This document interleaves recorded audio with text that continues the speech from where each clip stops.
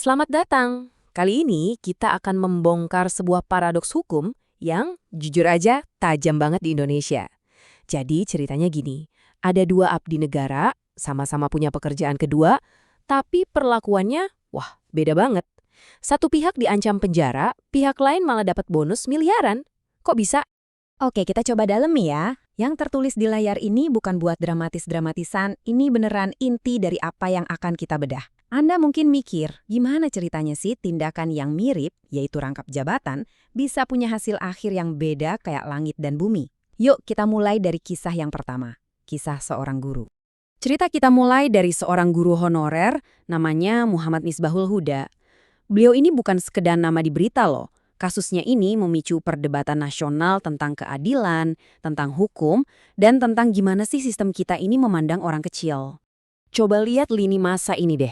Tahun 2017, Pak Huda dengan gaji guru yang, ya kita tahu sendirilah ya, sangat minim, ambil kerjaan tambahan jadi pendamping desa. Alasannya simpel banget, biar dapur tetap ngebul. Tapi bertahun-tahun kemudian, dia malah ditangkap.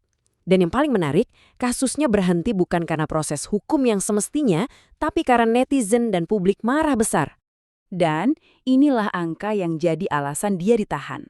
118 juta rupiah. Itu akumulasi salah satu gajinya selama 8 tahun yang dianggap sebagai kerugian negara. Padahal uangnya udah dikembalikan semua loh, tapi proses hukumnya tetap jalan terus buat menjerat dia.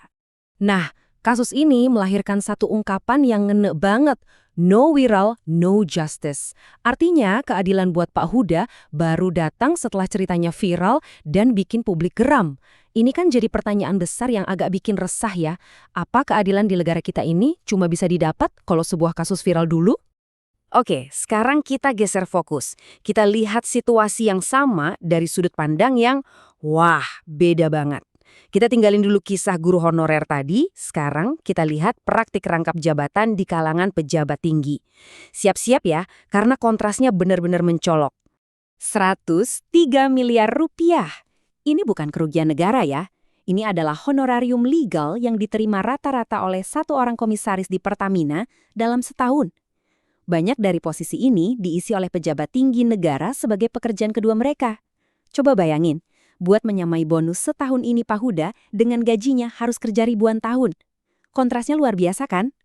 Dan seperti yang bisa kita lihat di sini, ini bukan cuma Pertamina doang. Ini udah jadi praktik umum di BUMN-BUMN raksasa kita. Pejabat yang rangkap jabatan sebagai komisaris dapat bayaran tahunan yang fantastis. Dan semua ini legal, dilindungi sama peraturan. Nah, disinilah pertanyaan besarnya. Kenapa ada dua aturan yang berbeda untuk tindakan yang intinya sama? Pertanyaan tadi itu membawa kita langsung ke jantung masalahnya. Kok bisa ada standar ganda yang sejelas ini? Jawabannya ada di sistem peraturan kita sendiri, yang ternyata saling bertentangan dan banyak celahnya. Ini menciptakan sebuah sistem yang, ya, kelihatannya rusak dari dalam.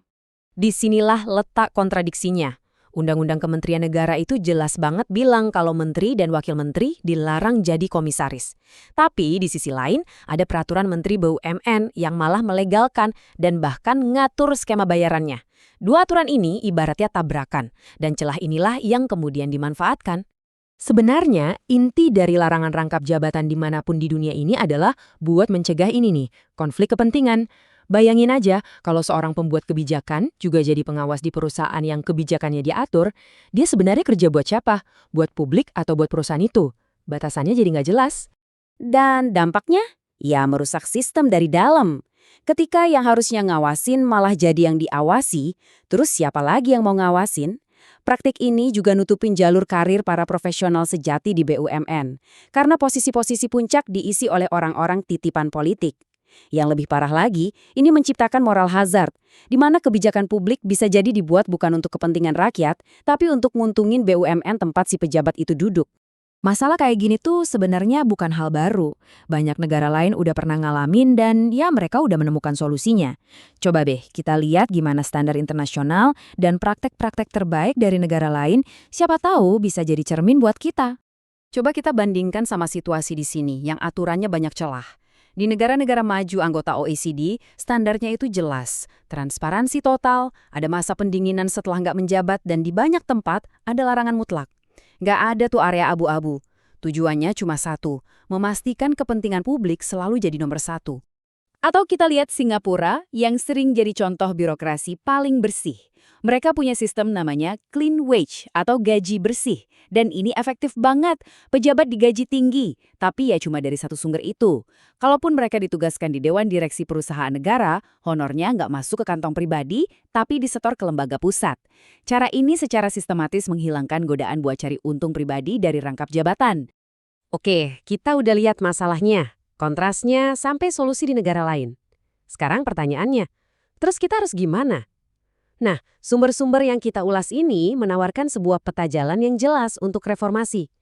Jadi, ini bukan cuma soal menghukum 1-2 orang, tapi soal memperbaiki sistemnya secara keseluruhan. Jadi, jalan keluarnya tuh ada dan sangat konkret. Pertama, dan ini yang paling penting, harmonisasikan aturan-aturan yang saling tabrakan itu. Bikin satu hukum yang jelas dan tegas. Kedua, adopsi sistem kayak gaji bersih ala Singapura, buat mencabut insentif finansialnya dari akar. Ketiga, reformasi ini harus dimulai dari atas. Para pemimpinnya harus kasih contoh. Dan untuk kasus-kasus seperti Pak Huda, ayo deh kita pakai teknologi untuk mencegah, bukan malah mengkriminalisasi kesalahan administrasi yang kecil. Pada akhirnya, kita kembali ke pertanyaan yang paling dasar. Kisah seorang guru melawan para pejabat ini bukan cuma soal hukum, tapi soal nilai. Keadilan yang sejati itu nggak bisa punya standar ganda. Pertanyaannya sekarang adalah, apa yang dibutuhkan dan siapa yang harus bergerak untuk memastikan bahwa timbangan keadilan di negeri ini berlaku sama rata untuk semua warganya. Terima kasih sudah menyimak.